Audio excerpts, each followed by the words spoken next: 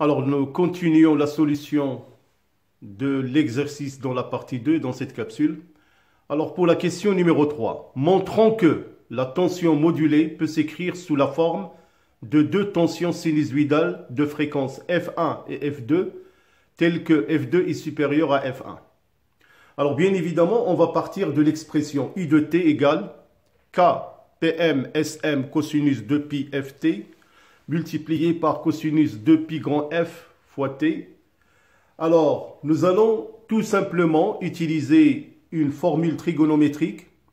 Alors, regardez juste en bas. Notez bien que cosinus P multiplié par cosinus Q égale 1 demi cos P plus Q plus cosinus P moins Q. C'est ce que nous allons utiliser pour trouver U de t égale KPM SM sur 2, facteur de cosinus 2pi t, grand F plus petit f, plus cosinus 2pi t, grand F moins petit f.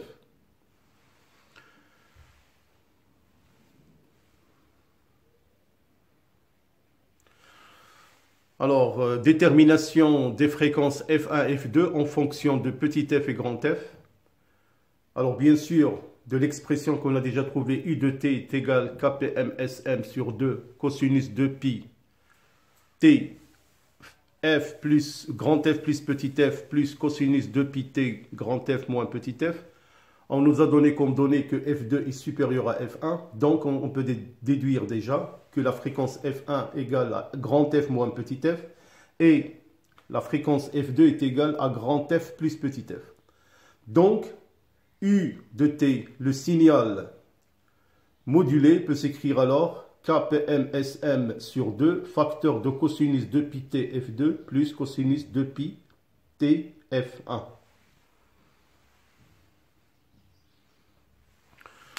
Alors, pour la question numéro 4, on nous a demandé bien sûr une représentation du spectre de fréquence du signal modulé, U de t. Alors, voilà ce spectre de fréquence. Alors, dans l'axe des abscisses, on mentionne les fréquences. Et dans l'axe des ordonnées, on mentionne les amplitudes. Alors, vous trouverez F1, F2 et la fréquence grand F. Alors, qui sont tous les deux pour une amplitude KPM SM sur 2.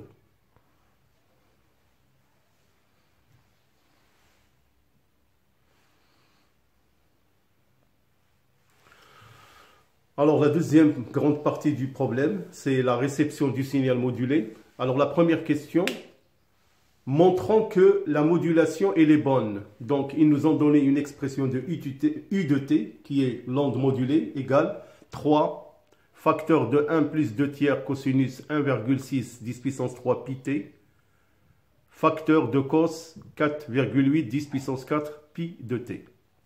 Alors, pour montrer que la modulation est bonne, tout d'abord, il faut déterminer la fréquence porteuse, la fréquence de la modulante et le taux de modulation et voir est-ce qu'il vérifie certaines conditions que nous allons déterminer.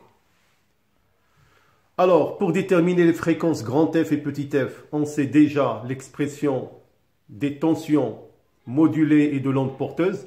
Et par identification, on va trouver que grand F est égal à 2,4 10 puissance 4 Hz et petit f est égal à 8 multiplié 10 puissance 2 Hz. Donc ce sont des calculs vraiment assez faciles.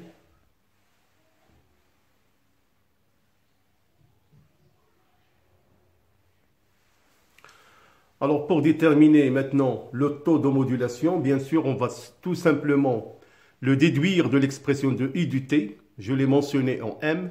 C'est normalement la valeur de M qui est égale à Sm sur E0. Alors donc, M est égal à 2 sur 3 et la fréquence grand F est à peu près égale 30 fois la fréquence de la modulée. On ne peut que conclure que la modulation est bonne qualité. Alors pour la question petit 2, détermination de la valeur de la tension continue U0. On a déjà déterminé le taux de modulation M qui est égal à Sm sur E0. Et de l'expression donnée de I de t, on peut tout simplement déduire que U0 est égal à 3 volts.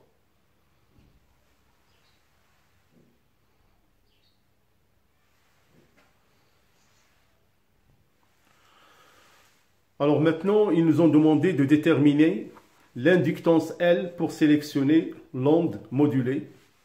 Alors, pour que la partie 1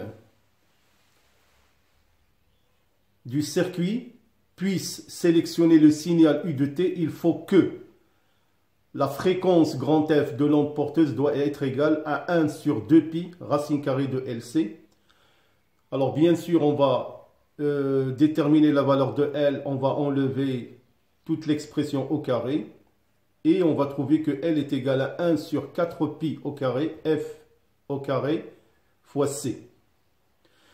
Alors on a déjà établi la valeur de grand F qui est égale à 2,4 10 puissance 4 Hz et on nous a donné la capacité du condensateur C qui est égale à 0,44 microfarad qu'il faut convertir en farad multiplié par 10 puissance moins 6.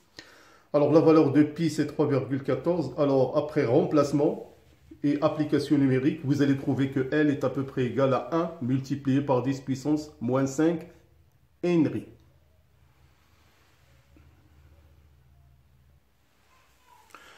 Alors donc la valeur de R', la résistance pour réaliser une bonne détection d'enveloppe. Alors tout d'abord, pour réaliser une bonne détection d'enveloppe, il faut que le dipôle R', C', c'est-à-dire le dipôle monté en parallèle, vérifie la condition TP est très petite.